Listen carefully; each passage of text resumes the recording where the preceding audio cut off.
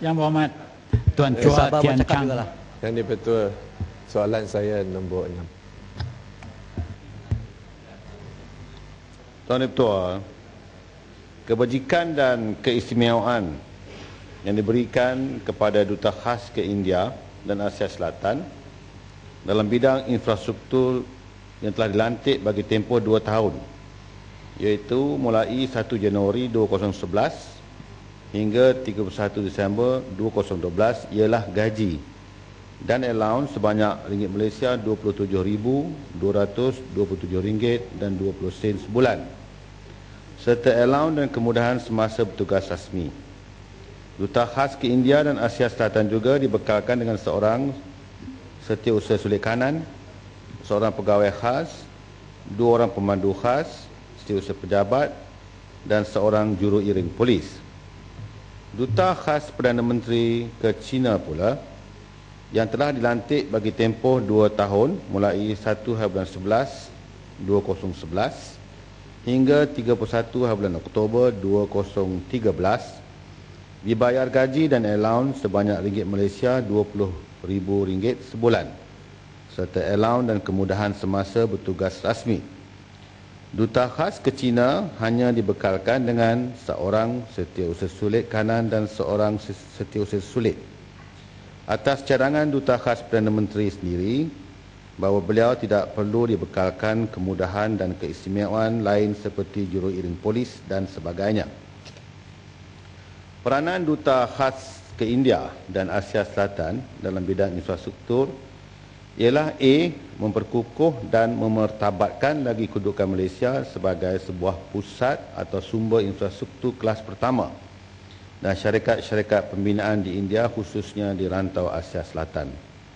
B. untuk merundingkan pemberian dengan izin awarding kontrak infrastruktur dengan kerajaan pusat dan negeri-negeri di India dan rantau Asia Selatan dalam konteks dengan izin government to government dan government to business. C. mengenal pasti peluang dan potensi untuk syarikat-syarikat Malaysia menjalankan projek pembangunan dan infrastruktur di India dan negara-negara Asia Selatan. D. mengenal pasti isu-isu yang membabitkan pelaburan dalam bidang infrastruktur di India dan negara-negara Asia Selatan serta menentukan dasar untuk menangani isu-isu tersebut. E. mencadangkan kepada kerajaan langkah-langkah bagi mewujudkan jalinan kerjasama dalam bidang pembangunan dan infrastruktur di India dan negara-negara Asia Selatan. F. bekerjasama dengan kementerian-kementerian dan jabatan kerajaan yang berkaitan yang ada hubung kait dengan pelaburan dalam bidang pembangunan dan infrastruktur di India dan negara-negara Asia Selatan. G. menjalankan program-program bersama jabatan-jabatan dan agensi-agensi kerajaan yang berkaitan dengan pelaburan dalam bidang pembangunan dan infrastruktur. H. bekerjasama dengan sektor swasta tempatan dan di India serta negara-negara Asia Selatan dalam menjalankan program-program berkaitan dengan bidang pembangunan dan infrastruktur. Dan peranan Duta Khas Perdana Menteri ke China pula ialah A. memperkukuhkan kedudukan Malaysia sebagai rakan ekonomi strategik Republik Rakyat China dengan meningkatkan lagi jalinan kerjasama dalam bidang perdagangan dan pelaburan di Republik Rakyat China. B. memberi tumpuan khas kepada isu-isu pelaksanaan projek pembangunan usaha sama China-Malaysia, Chinzhou Industrial Park dan juga di Malaysia China Kuantan Industrial Park dan menyelesaikan isu-isu yang berkaitan. C. mencadangkan kepada kerajaan langkah-langkah bagi meningkat pelaburan langsung asing dari Republik Rakyat China ke Malaysia. Bekerjasama dengan kementerian-kementerian, jabatan-jabatan dan agensi kerajaan yang berkaitan yang ada hubung kait dengan perdagangan dan pelaburan di Republik Rakyat China. E. menjalankan program-program bersama kementerian-kementerian, jabatan-jabatan dan agensi-agensi kerajaan yang berkaitan perdagangan dan pelaburan di Republik Rakyat China. F. bekerjasama dengan sektor swasta Malaysia dan di Republik Rakyat China dalam menjalankan program-program berkaitan bidang perdagangan dan pelaburan. Dan G. menjalankan arahan Yang Amat Berhormat Perdana Menteri dari masa ke semasa.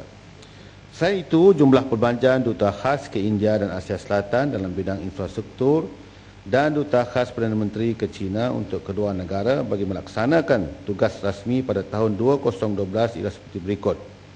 1. Yang Bahagia Datuk Seri S. Samivelu, Duta Khas Infrastruktur ke India dan Asia Selatan, jumlah perbelanjaan keseluruhannya ialah RM373,071.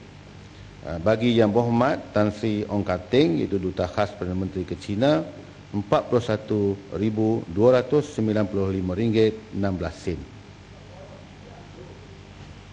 Ya, silakan Batu. Terima kasih atas jawapan ini, Tuan Yang di-Pertua.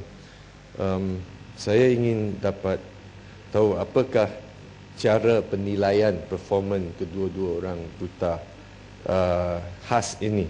Kerana kalau kita melantik seorang duta khas, maksudnya dia mempunyai fungsi yang berbeza daripada duta biasa dan juga ada keistimewaan dari segi perhubungan kita dengan negara yang mereka dimisikan.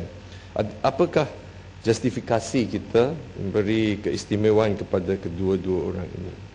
Dan juga pada tahun lalu kita dapati di India digempa dengan berita ada isu rasuah yang mengkaitkan dengan Aircel, pembelian oleh syarikat Malaysia, dan ini mengakibatkan dua orang bekas menteri disiasat dan seorang lagi dipenjarakan. Tapi apakah persepsi kita kalau negara kita menghantar dua orang duta khas ini terdiri daripada bekas presiden parti komponen kerajaan, tapi bukan dari segi performan mereka untuk mengeratkan perhubungan. Dan sehingga ini, apakah cara kita menunjukkan mereka telah perform dengan baik dan tidak memberi satu persepsi yang negatif kepada India dan China di mana mereka tengah berperang dengan rasuah dengan cara berkesan, tetapi Malaysia pula memberi reward kepada bekas presiden parti komponen parti yang masing-masing mempunyai isu yang belum diselesaikan melibatkan rasuah dan lain-lain lagi.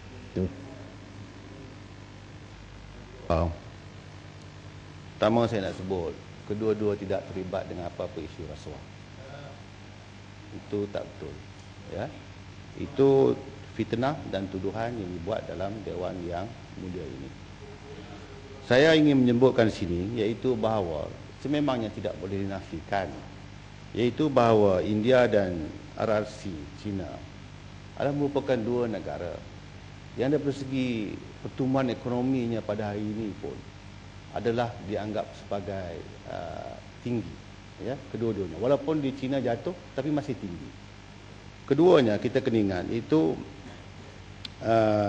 potensi untuk kita mengembangkan hubungan dua hala dari segi perdagangan itu sudah tentu ada, dan kita perlu menggunakan apa yang wujud di negara kita pada hari ini, iaitu kita ada jumlah rakyat Malaysia yang berketurunan sama ada India ataupun China. Dengan izin, is big mistake kalau kita tidak menggunakan kekuatan kita ini untuk merapatkan hubungan di antara kedua-dua negara. Duta yang ke India dan kepada Asia Selatan merupakan bekas Menteri Jabatan Kerja Raya. Waktu dia menjadi menteri dahulu, sememangnya telah pun wujud hubungan yang baik di mana kerja-kerja infrastruktur dengan India sudah wujud. Dan logiknya apabila dia tidak lagi menjadi menteri, mesti ada kesinambungan daripada segi hubungan dua hala di antara India dengan Malaysia. Jadi oleh kerana itu, sebab itulah kita lantik dia sebagai duta khas bertaraf menteri. Begitu juga berkenaan dengan duta kita ke negara China. kita mempunyai kedutaan di sana, tetapi dia tidak fasih bahasa Mandarin. Tetapi kita punya duta khas ini, rakyat Malaysia, ya, dan fasih dalam bahasa Mandarin, sudah tentu akan memudahkan hubungan di antara Malaysia dengan China, dan sudah tentu apabila percakapannya itu mudah, maka mudah kerja-kerja ini dapat dilakukan. Dan mereka kedua-dua ini diberikan taraf menteri, kerana tanpa taraf menteri mereka tidak akan dapat untuk berjumpa dengan orang-orang yang penting dan orang-orang yang di tempat yang boleh membuat keputusan. Kerana kalau dia hanya pergi sebagai orang biasa, seorang businessman, maka dia tidak akan diberikan layanan yang sama. Tetapi kalau dia menjadi seorang duta bertaraf menteri, maka orang akan mahu berjumpa dengan dia. Dan kedutaan kita sendiri pun yang berada di sana sudah tentu akan memberikan layanan untuk menyenangkan mereka, menjalankan tugas-tugas mereka. Jadi tidak ada orang kata apa agenda yang tidak baik di sebalik perkara ini. Dan kalau nak dikirakan KPI dia, saya boleh bagi kepada Yang Berhormat Batu tentang projek-projek yang telah pun kita perolehi dan potensial projek yang akan kita perolehi di antara Malaysia dan India dengan China dan India. Itu kalau Yang Berhormat tengok ada projek yang kita perolehi, sudah tentu dengan jumlah yang besar menjustifikasikan untuk kedua-dua mereka ini dilantik sebagai duta khas kepada dua-dua negara itu.